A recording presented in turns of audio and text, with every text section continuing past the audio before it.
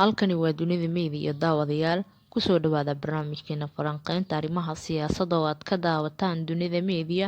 Waxaan barnaamijkeena ku falanqayn doonaa ama kaga hadli doonaa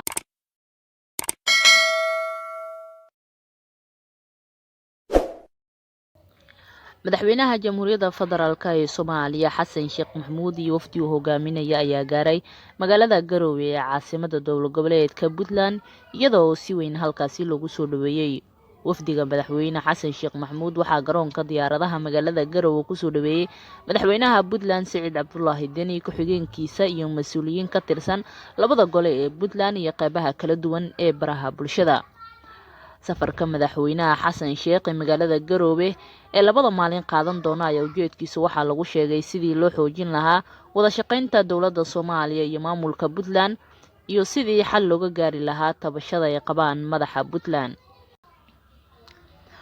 Waxaa lagu wadaa in maanta oo Khamiis ah in xarunta Villa Hargeysa ee magaalada Muqdisho ay kulan xasaasi ah ku yeeshaan xildhibaanada Golaha Shacabka ee Baarlamaanka Soomaaliya. Guddoonka Golaha Shacabka ayaa xildhibaanada Golaha Shacabka ku wargeliyay qabsoomidda kulanka iyaga oo ugu baaqay inay kulanka soo xaadiraan, waxaana ajandihiisu yahay kulanka dhageysiga warbixin dhibaato weyn oo ka jirta gobolka Bakool oo dhowr jeer ay weeraro ka geysteen xubno ka tirsan ururka Al-Shabaab, waxaana ka warbixin doona xildhibaano ka tirsan Golaha Shacabka.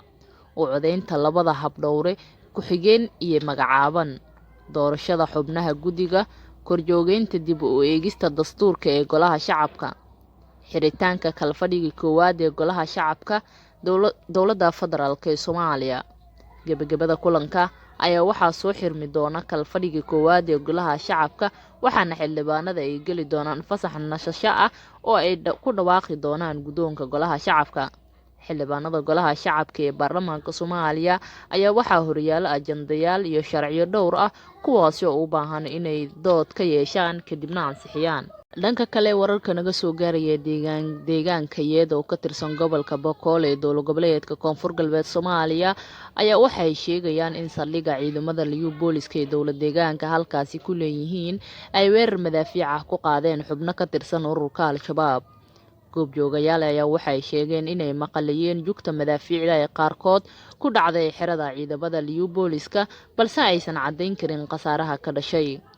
Al-Shabaab oo ka hadlay weerarkaasi ayaa sheegtay inay madaafiicda ay la heleen gudaha xerada ciidamada liyu booliska, isla markaana khasaaro xoogan ay ku gaarsiiyeen, balse aysan jirin dad madax bannaan oo xaqiijin sheegtay. Al-Shabaab wararka ayaa waxay intaasi ku darayaan ciidamada liyu booliska dhankooda ay weerarka madaafiicda ku jawaabeen, isla markaana dhowr madfac ay ku tuureen deegaanada ku dhow deegaanka Yeed ee gobolka Bakool. Wararkii ugu dambeeyay ee naga soo gaaraya deegaanka Yeed ayaa waxay sheegeen in xaaladdu ay tahay mid degan. Wasiirka gaashaandhigga xukuumadda Federaalka ee Soomaaliya Cabduqaadir Maxamed Nuur Jaamac oo booqasho ku jooga deegaanada gobolka Hiiraan oo ciidamada dowladda howlgalka ka wadaan ayaa sheegay inay Al-Shabaab dhibaato ku hayaan shacabka Soomaaliyeed ee ku sugan gobolkaasi Hiiraan. Wasiirka oo hadalka u jeedinayay boqolaal ka mid ah ciidamada xoogga dalka iyo kuwa deegaanka ayaa sheegay in howlgallada socda ay hormuud u yihiin dadka deegaanka si loola dagaalamo ururka Al-Shabaab, loogana baahan yahay inay deegaankooda ilaashadaan. Waxa uu ballan qaaday ciidamada deegaanka ee isku hubeynaya inay dowladda ka taageeri doonto dhinacyada amniga iyo baahiyaha ay qabaan bulshada si adeegyadii bulshada loogu soo celiyay deegaanada Al-Shabaab laga saaray. Wasiirka gaashaandhigga xukuumadda Federaalka ee Soomaaliya Cabduqaadir Maxamed Nuur Jaamac waxa uu hadalkiisu intaasi ku daray in uu uga digayo ciidamada deegaanka iyo kuwa dowladda in dhexdooda la iska horkeeno si loo wiiqo dagaalkii ay kula jireen ururka Al-Shabaab. Hadalka wasiirka gaashaandhigga Soomaaliya ayaa ku soo aaday xilli weli deegaano ka tirsan gobolka Hiiraan ay ciidamada dowladda ka wadaan howlgallo ka dhan ah ururka Al-Shabaab. Wasaaraha xukuumadda Federaalka ee Soomaaliya Xamse Cabdi Barre iyo wafdi uu hogaaminaya ayaa maanta gaaray magaalada Beledweyne ee xarunta gobolka Hiiraan oo si weyn loogu soo dhaweeyay.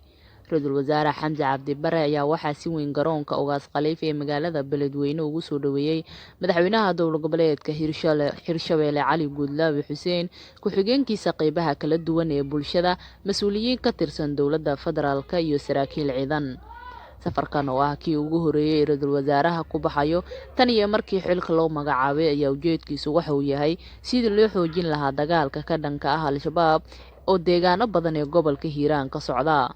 Sidoo kale ra'iisul wasaaraha ayaa xoojin doona ka warqabka xaaladda nololeed ee bulshada ku nool gobolka Hiiraan oo ay abaarta saameysay, iyadoo xukuumadda sheegtay inay xoogga saareyso sidii gurmad loo soo gaarsiin lahaa dadka Soomaaliyeed ee abaaraha saameeyeen.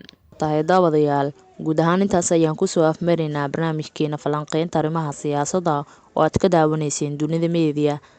Haddii ay tahay markii kuugu horeysay janaalka, waxaan kaa codsanayaa inaad subscribe saarto, sidoo kale gambaleelka furato si uu kuu soo gaaro muuqaal walba oo aan halkan kusoo gudbino, una sii share garee saaxiibadaada jecel inay wax ka ogaadaan siyaasadda dalka iyo weliba guud ahaan caalamka.